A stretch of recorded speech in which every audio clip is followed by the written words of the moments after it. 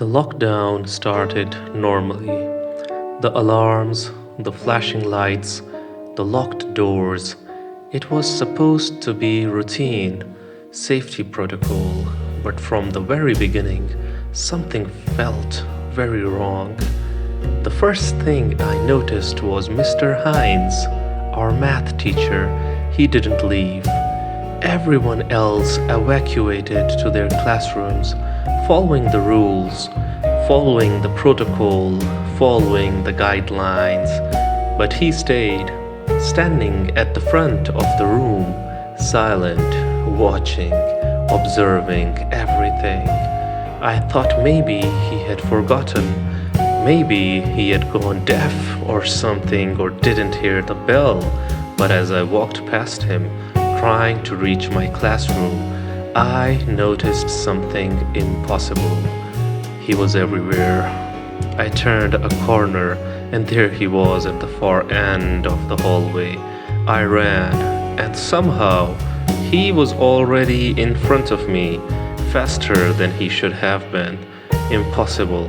I always knew something was wrong with Mr. Hines.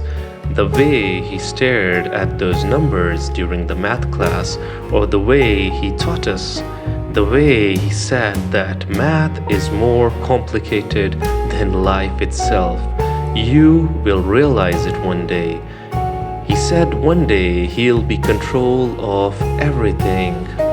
The maths, the numbers, the galaxies, the universe, the classroom, the school. We didn't know exactly what he meant back then, but now everything flashed back. Everything was coming back to me. Maybe Mr. Hines was onto something. Maybe he had created something. Maybe he really was in control of the school and the lockdown. When I realized, panic rose in my chest. I tried hiding in the bathroom, hoping it was just a coincidence. But when I peeked through the stall, he was leaning against the wall, perfectly still, smiling that smile, too wide, too calm, watching me, waiting. Why me? Why was he following and stalking me? Maybe I was the skeptic. Maybe I always wondered if anything was wrong with Mr. Hines. And I think this is the case. Maybe he thinks that I might be someone who could be a block in his plans. I do not know what they are. Are they confined to the school, or are they a part of something even bigger than this planet itself? Maybe the universe, like he always said, he wanting to control the universe. Phones didn't work. Windows wouldn't open. I screamed, hoping anyone would hear me. Nothing. The school had become a cage, and he seemed to be the lock. I tried running to the cafeteria, thinking I could find other students, some form of help. But the cafeteria was empty, tables stacked in strange, unnatural patterns, forming shapes I didn't recognize. Shadows moved against the walls, and there he was, at every entrance in all his glory, blocking every exit, moving faster than the eye could follow. Seemed like he seemed to be in control of electricity or time or everything. The lockdown was him. Finally, I gained courage. I couldn't do anything else. I confronted him. "Why won't you leave?" I shouted, my voice shaking. "Why are you stalking me? Where is everyone else? What is happening?" His eyes, they weren't human, deep, black, endless, hollow. He tilted his head, a slow, deliberate motion. "I never left. I always was here," he said. "I have always been here, and I will be here till eternity. And now, you'll be along with me." I ran again into classrooms, down hallways, hiding in empty offices, but every mirror, every shiny surface reflected him. Not once, but multiplied endlessly. No matter which way I turned, he was there, always watching, always smiling, waiting. A sound came, a voice came, and it said that you have always been the skeptic. You can foil my plans, no one else but you. I want to make you the believer. The others have left, the others are a part of me. Then I noticed the other students. They weren't gone, they were frozen, maybe in control, huddled in corners, sitting on desks, staring straight ahead, silent, not alive, not fully gone, suspended, trapped by him. I realized the lockdown wasn't about safety, it wasn't about drills, it was all about him, keeping control, keeping us trapped, keeping me trapped. I ran to the gym, hoping the doors there would open. They didn't. I ran to the cafeteria again. The hallways stretched impossibly long. Each turn I took brought me closer to him, faster than possible. Finally, I stumbled into the main office. Security monitors lit up, showing every corner of the school, and in every corner, he was there. The students frozen, the other me gone. Now I understand the lockdown isn't over, and I won't be over until someone else walks in. Everything will stay the same. Someone else gets trapped, and the doors, they will never unlock. Not while he's here. Not while I'm here. I don't know how long I'll last. I can hear him moving outside the office. It seems that he likes being here. It seems to be that the school is a part of the universe, a part that he controls fully. Even though the hallways are empty, he's watching, waiting, smiling. He's not striking, doing anything. He's just waiting. And I don't think anyone will ever leave this school again, not in his presence.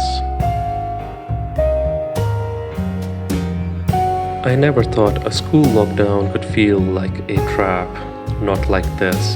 I have been a fan of horror stories of school lockdowns, but never did I ever dream of being in one. It started like any other drill, bells ringing, flashing lights, everyone moving to their classrooms, teachers called out instructions, students groaned and joked. Just another practice, I thought. Nothing to worry about. Then my phone buzzed, a small vibration in my pocket. Nothing unusual, but when I pulled it out, I saw the alert. Lockdown. Stay in class. Weird. The PA had said the same thing, but seeing it on my phone made it feel real, urgent. I glanced around. Everyone seemed fine, oblivious. I followed the rules and sat at my desk, waiting for it to end. Then it buzzed again. Danger is approaching. I froze, my heartbeat sped up. I looked at the hallway through the classroom window, empty, just the usual lockers, peeling paint, and a flickering fluorescent light. No danger, maybe it was just a glitch. But then the next alert made my stomach drop. Look behind you. I turned slowly. Nothing. Empty hall. My reflection in the glass stared back, pale and anxious. I tried calling my friend. No signal, no Wi-Fi. The building had gone completely dead. The alerts kept coming. Student nearby, do not move. The door will open, do not exit. I peeked out again. A figure was in the hall, thin, impossibly tall, moving without touching the floor fully. its limbs bent in ways they shouldn't. It stopped looking straight at me. My heart hammered in my chest. I slammed the door, fumbling with the lock. My phone buzzed again. "You are next." I ran to the bathroom to hide. Empty stalls, broken sinks, the fluorescent light overhead flickered erratically. The alerts didn't stop. Washroom occupied. Only me in the building, yet the hallways whispered with invisible footsteps. The figure appeared in the mirror, not my reflection, something else. It smiled, and the smile wasn't mine. Teeth too sharp, eyes black and hollow. I spun around, empty room, but the alerts kept coming. "Stay still, or you'll join them. You will join all your friends." I tried running back to my classroom, but every door I reached was locked. Every exit led me back inside the building. It was like the school itself had become a maze, alive, watching, controlling me. I ducked into the library. Rows of books towered above me, shadows curling between them. The alert came one more time. "Look up." I did. On the ceiling, the fluorescent lights were flickering in patterns. Words appeared, not written, just formed in the shadows. "You are alone. You are next." I always knew something was wrong with this school.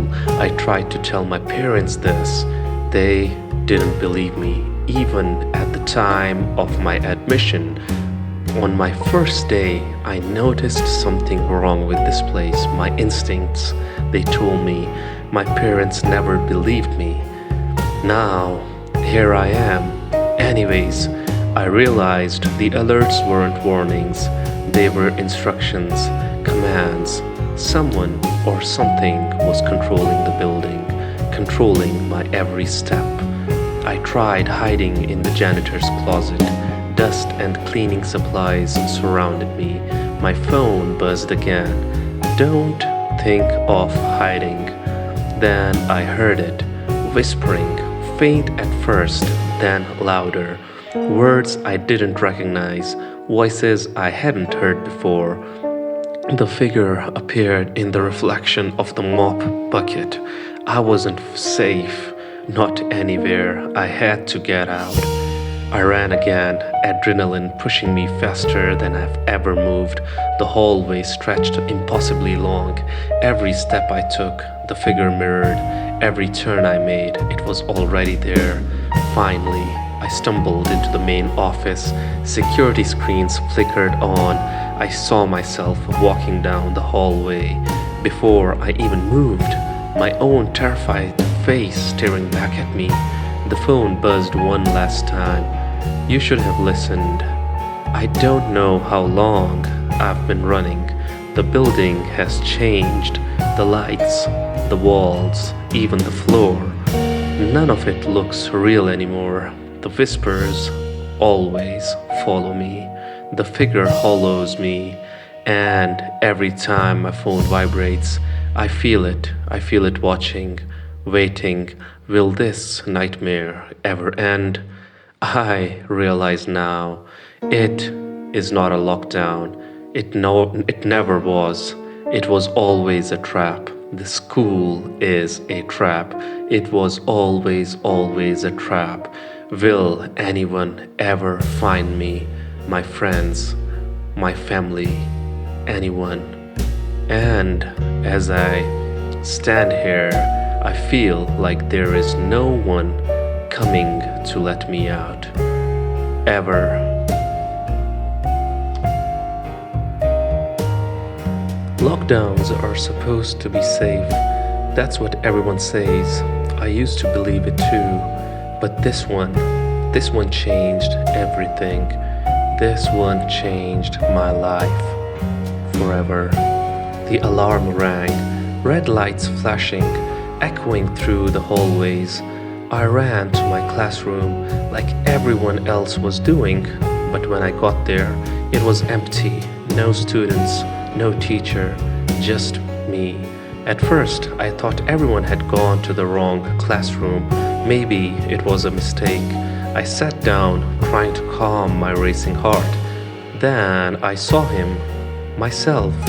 Not a reflection, not a shadow, but me, standing in the corner, perfectly still. Except it wasn't right. His smile was too wide, too calm, almost mocking. His eyes, they weren't exactly like mine. There was something darker behind them, something that didn't belong. I thought it was my twin. Someone I had lost in a circus, maybe? Maybe my parents did, who knows?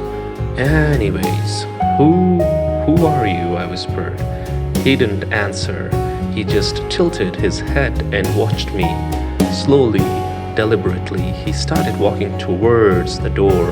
Every step was synchronized with mine, perfectly matched. My posture, everything, my rhythm, my patterns. My stomach turned to ice. I panicked and ran. Down the hall, down the stairwell. The school was empty, silent, except for the echo of my own footsteps. Or were they? Every step I took, he mirrored. Every corner I turned, he was there, always ahead, always waiting. I ducked into an empty classroom and slammed the door. My own voice came from the hallway. You can't hide, you are already here. I froze, I hadn't spoken, not out loud, not yet.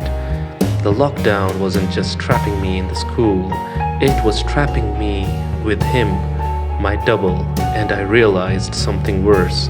I couldn't tell which one of us was real anymore.